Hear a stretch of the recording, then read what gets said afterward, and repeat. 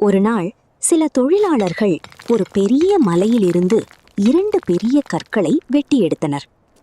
அந்த கற்களை அவர்கள் ஒரு தொழிற்சாலைக்கு கொண்டு சென்றார்கள்.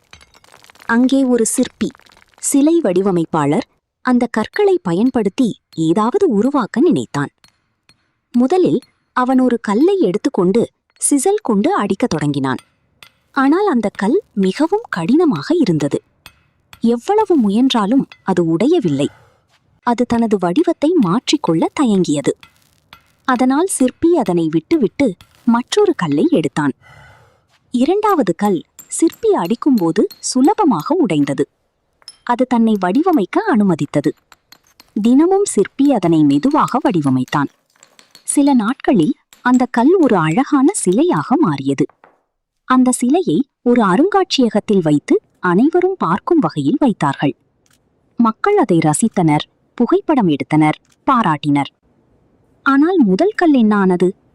அது எந்த மாற்றத்தையும் ஏற்காததால் அதை தரையில் பதித்து மக்கள் நடக்க பயன்படும் கல்லாக மாற்றினார்கள்.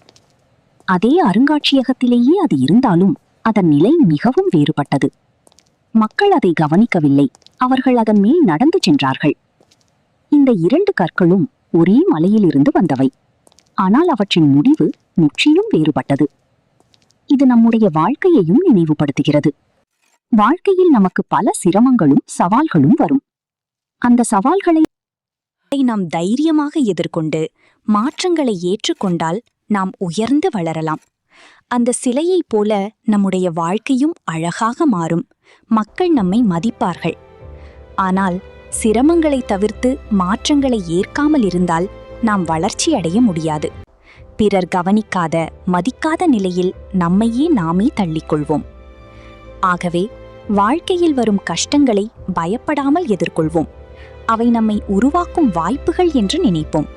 சவால்களை சந்தித்து வெல்வதன் மூலம் நம் வாழ்க்கையை அர்த்தமுள்ளதாக்கிக் கொள்ளலாம். இந்த வீடியோ உங்களுக்கு பிடித்திருந்தால் தயவு செய்து லைக் பண்ணுங்கள். உங்கள் நண்பர்களுடன் ஷேர் செய்யுங்கள். இன்னும் பல பயனுள்ள மற்றும் மூச்சூட்டும் வீடியோக்களுக்கு பவர் ஃப்ளூயன்ஸ் சேனலை சப்ஸ்கிரைப் செய்து எங்களை தொடர்ந்து ஆதரிக்கவும். உங்கள் ஒரு சப்ஸ்கிரைப் எங்களுக்கு மிகப்பெரிய உற்சாகம். நன்றி. மீண்டும் சந்திப்போம்.